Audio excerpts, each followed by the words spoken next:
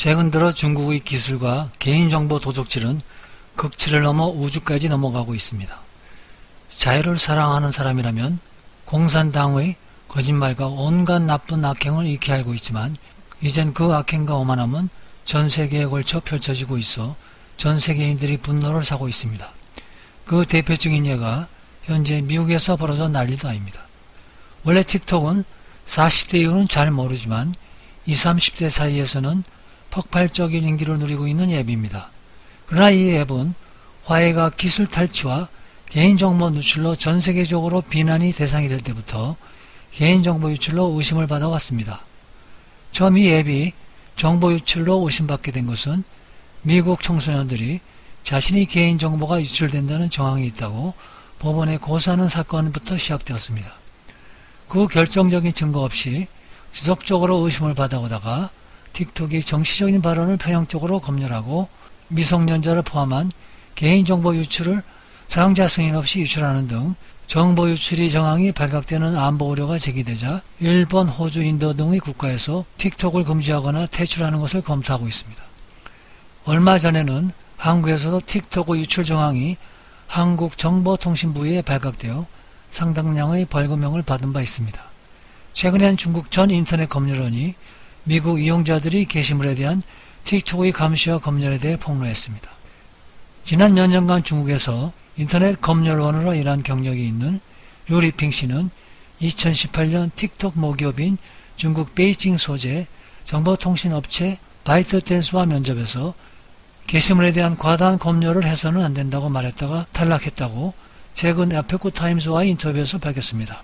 류 씨는 해외 이용자들이 게시물을 모니터링하는 역할을 위해 면접을 봤다고 했습니다. 현재 중국의 모든 소셜미디어 기관들은 중국 공산당이 제공하는 엄격한 검열 규정을 따라야 하며 인공지능을 이용한 알고리즘 기능과 인터넷 검열원을 통한 정부에 민감하다고 판단되는 게시물을 감시하고 삭제해야 하는 것으로 알려져 있습니다. 이에 미국 정부는 틱톡이 이용자들이 게시물을 감시 검열할 수 있다고 경고한 바 있습니다. 그러한 틱톡 측은 이러한 주장들을 부인했습니다. 그러나 류리핑 씨는 중국의 바이트 스탠드 사무실에는 약 4,000명 이상의 직원들이 근무하고 있으며 그곳에는 직원들이 내부 자료를 빼내지 못하도록 감시하는 감시 카메라가 있다고 덧붙였습니다.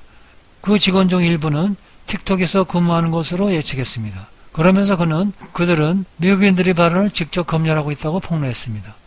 또 직원들은 지난 몇 년에 걸쳐 중국 공산당의 정치적 사상을 주입받아 왔다고 하면서 정부의 두려움 아래 살아가는 사람들이라고 말했습니다. 한편 바이트댄스는 지난 3월 미국으로 넘어온 유 씨에게 또 다른 직책을 위해 연락을 취했으나 유 씨가 거절했다고 합니다. 또한 그는 지난 10년 동안 중국 당국의 인터넷 검열 기간이 대폭 증가했으며 검열이 더욱 엄격해졌다고 설명했습니다. 그는 인터넷 검열 행위에 대해 우리는 경찰이 뒤에서 감시하는 가운데 가장 더러운 일을 하고 있다고 실토하기도 했습니다.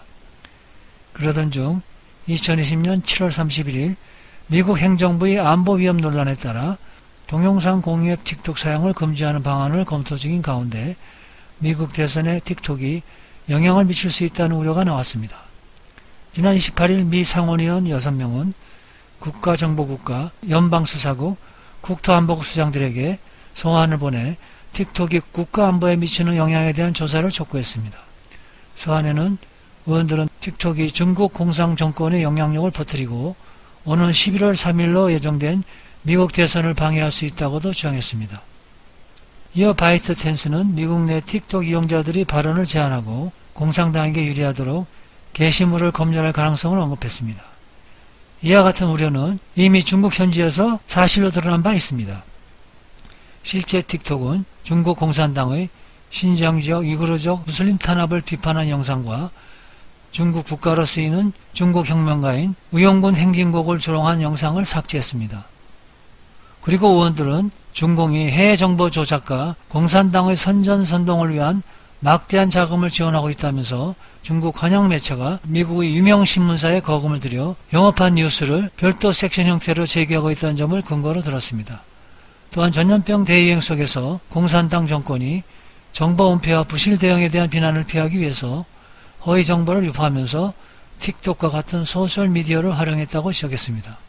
앞서 틱톡은 미국에서 13세 미만의 개인정보를 무단 수집해 570만 불의 과징금을 물었는데, 그러나 틱톡은 불법으로 수집한 개인정보를 삭제하기로 미국 행정부와 합의해놓고서도 이행을 안 했다는 의혹이 제기돼 현재 미국 정부는 중국 틱톡이 불법 수집한 아동의 개인정보를 삭제했는지 여부를 조사하는 중이라고 합니다.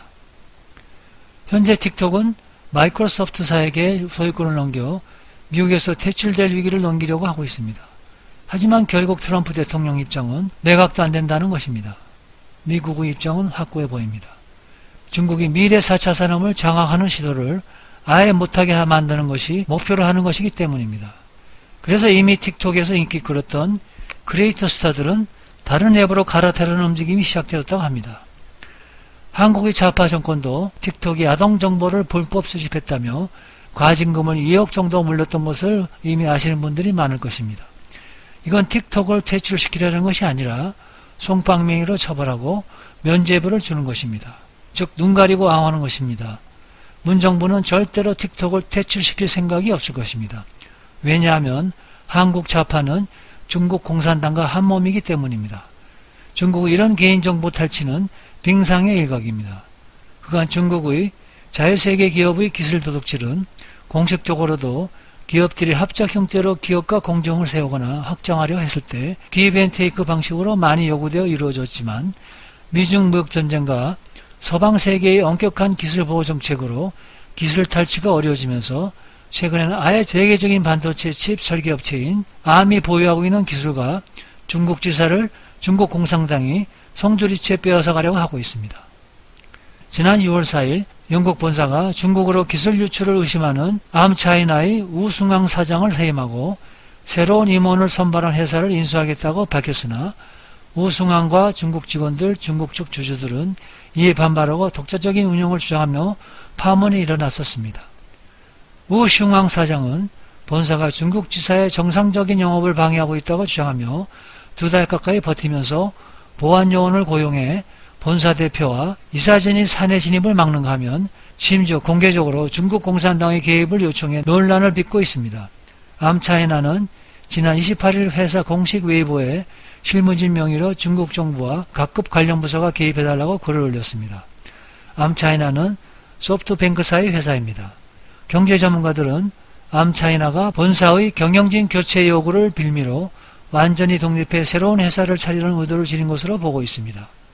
영국 암사의 연구 실적과 기술을 모두 송두리째 날로 먹으려는 심산이라는 지적이 나오고 있습니다. 본부 인사가 중국에서 소송을 걸어도 결코 이길 수 없으며, 이는 사실상 중공이 뺏은 것이나 마찬가지입니다. 중공은 최근 수년간 외국 기업에 대한 침투와 통제를 강화하고 각종 수단을 이용해 당 지도부를 외국 기업에 설치했습니다. 또한 모든 외국 합작사 회사 규정에 당 건설 사업의 요구사항을 포함하고 외국 기업의 내부 전략에 개입을 시도했었습니다. 그러므로 암차이나의 우승양 사장은 평범한 경영자가 아닙니다. 화웨이와 깊은 관계가 있다는 것이 알려졌습니다. 이는 암차이나의 진짜 주인은 이승왕이 아님을 시사하며, 주인은 화웨이와 중국 공산당의 정부인 것입니다. 그러나 중국이 마카파식으로 중국 내의 서방 기업의 사유재산을 구개하면서 기술과 재산을 탈취하는 것은 세계의 모든 외국 기업에게 경각심을 가지게 하고 중국 철수를 재촉할 수 있도록 만드는 것이나 마찬가지입니다. 우리나라도 미세먼지, 서해오염, 역사공정, 코로나 전파, 화웨이 등의 실질적인 피해를 중국에게 받고 있는 상황에서 좌파 정권이 중국에게 기술을 내어주라고 우리 기업들에게 권유하는 어려운 속에서 꿋꿋이 버티고 있지만, 만약 한국의 기술마저 그들에게 내어주고 중국에서 설립한 기업들도 강제 국유화로 뺏긴다면 대한민국은 정말 중국의 속국으로 나오면서 중국의 협박과 억압 속에서 자유를 박탈당한 채 살아가야 하는 운명이 될 수도 있습니다.